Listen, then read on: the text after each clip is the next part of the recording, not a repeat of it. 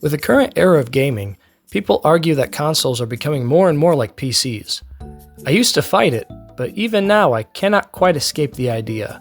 The only issue I see with this thought is how crazy prices for PC components have become, especially in regards to RAM and memory. This shortage has been mostly due to the rise in AI data centers, which I hardly call real AI. The AI I think of when most people talk about it is the Skynet Terminators taking over the world and laying waste to humanity type thing. At least that AI is real. They can think for themselves. Today's AI is more generative, meaning all it can do is regurgitate what already exists on the internet. That makes me all the more unhappy with this shortage of PC components. All these tech companies are taking advantage of the current interest in generative AI, and consumers are left in the cold. Over Black Friday this year, I looked at getting an upgraded laptop. The prices were not too bad, but still more expensive than the prices I saw last year when I did the same thing. This Black Friday was the last year we were going to see somewhat reasonable prices for pre-built computers before the prices were to skyrocket thanks to all these companies diving headfirst into this whole thing. Although I now have to stick with the laptop I currently have for the foreseeable future, which is not very powerful to say the least, I'll make do. The question most people don't seem to have an answer to is, will the AI bubble burst? No one seems to know. I believe, realistically, the amount of money wasted on these call centers are going to cost big tech more money than it's worth, rather than have real people answering the phones. That's when all the computer components are going to plummet in price and, ultimately, be great for the consumer. However, that is the optimistic outcome. As many gamers know well by now, there are a few alternate endings that could come out of this AI tech situation.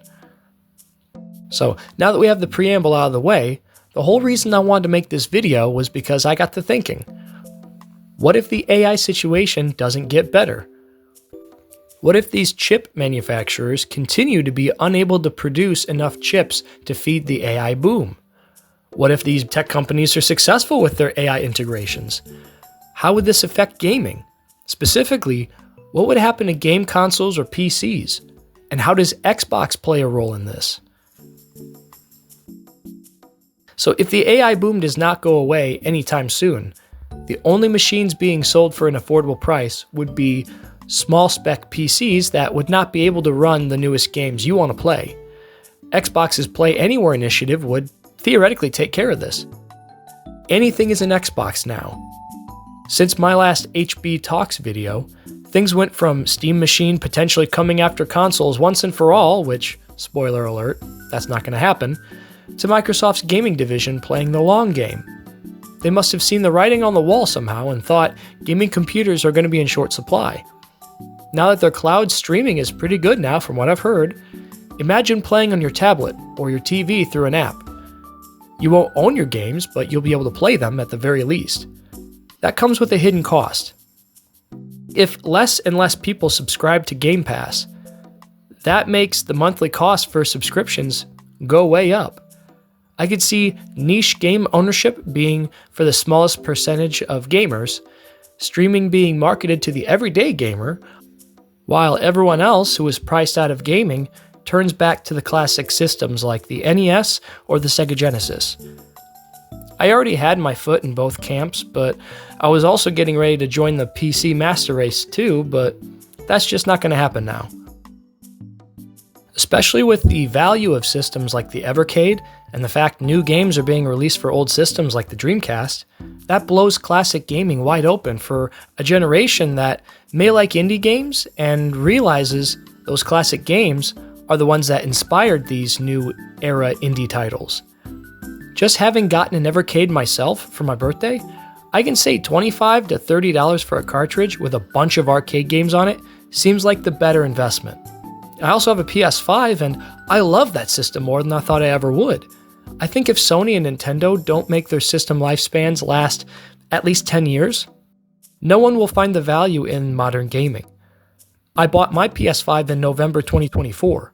If Sony unveils the PS6 in 2026 or 2027, I can guarantee you I won't be able to get a system at launch due to scalpers, the price being too steep, and it won't have enough games to justify the purchase. That would be game over for me. I almost sat out this generation if not for the PS5 being on sale for $425 at the time, and there's also games such as Astrobot, RoboCop Rogue City, Spider-Man 2, and Space Marine 2. I bought into the PS5 ecosystem and I love it, but I will need a few more years to feel like my purchase was 100% worth it. Xbox right now are still making systems. They have Game Pass, for better or worse, and have optional cloud gaming functionality with both. Friends of mine tell me streaming games is great on Xbox with minimal stutters. If this AI junk continues, there are few places to run for your gaming fix at an affordable price. I still own a Switch OLED and told myself I'm going to hold out on the Switch 2 unless Nintendo gets less greedy and or the prices go down. Needless to say, I'm well aware neither will likely happen. If the price is there for streaming Game Pass, then Xbox may have hedged their bets correctly this whole time. At the very least, after the price hike for Game Pass, it might still ultimately be seen as a cheaper option with how expensive systems and PCs will become, if this year has been any indication. It's crazy how the Stadia was just a few years ahead of its time and could have given Xbox real competition. Now, the only cloud gaming company that I know of that is advanced enough to capitalize off of limited gaming options is Microsoft. I like to believe that with most things, there is a bubble that pops and power is restored to consumers. I still believe that should be the case, but if things go south, not only would Xbox be correct to believe they are poised for future domination of gaming as a whole, they would be the only game in town with their amount of computer power to back it up. Like most things, it all depends on price and market conditions. But what do you think? Will the AI bubble pop? Did Microsoft make the right choice in steering away from conventional gaming wisdom with cloud gaming and subscription services? I would love to hear what you think in the comments. Thanks for watching.